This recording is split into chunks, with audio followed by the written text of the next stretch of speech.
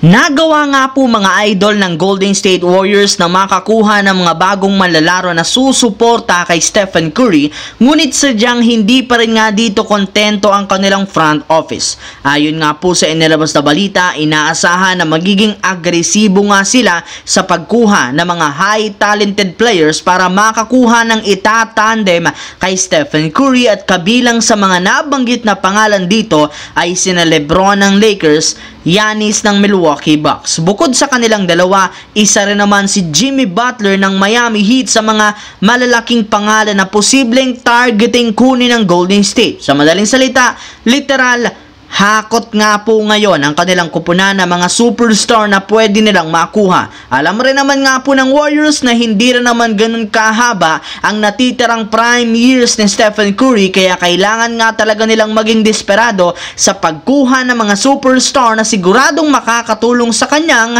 magkampiyon. Samantala, nagkaroon nga sana mga idol ng pagkakataon ng Los Angeles Lakers na i-trade si D'Angelo Russell matapos nitong kunin ang kanyang player option.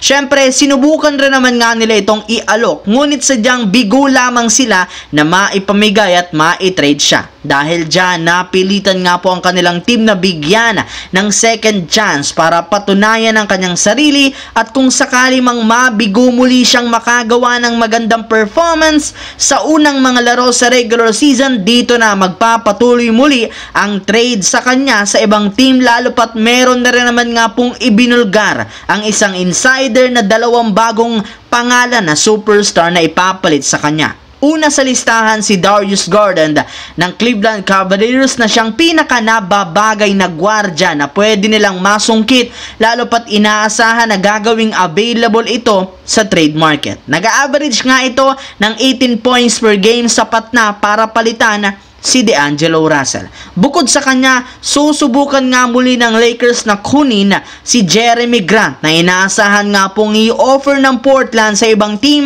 sa kalagitnaan ng regular season. Sa kabilang banda, katulad nga po ng nagdaang off-season, naging maingay na naman ang pangalan ni Ben Simmons ilang linggo bago magsimula ang regular season. Ayon nga po sa balita, naghilom na nga po ng tuluyan ang injury nito sa kanyang likod. Kaya sa katunayan, fully healthy ang kanyang katawan ngayon at maayos na rin naman nga siyang nakakagalaw. Kaya makakasama na nga ito sa training camp ng Brooklyn Nets sa susunod na linggo ng walang restriction. Hindi nga kayo nagkakamali, wala nga pong bawal-bawal kay Simmons, kaya marami nga po sa mga fans at analyst ang hype sa pagbabalik nito. Alam na rin naman nga ninyo ang tunay na potensyal ni Ben Simmons, kung saan kaya nga nitong gumawa ng triple-double kung gugustuhin niya. Dapat nga talagang pang-aabangan yan ng ilang mga fans. Syempre, may mga duda pa rin naman nga sa kanya. Gayong ilang taon na rin naman nga ganito ang storyline ni Ben Simmons, kung saan na uuwi sa pagkadismaya ang kanyang pagbabalik.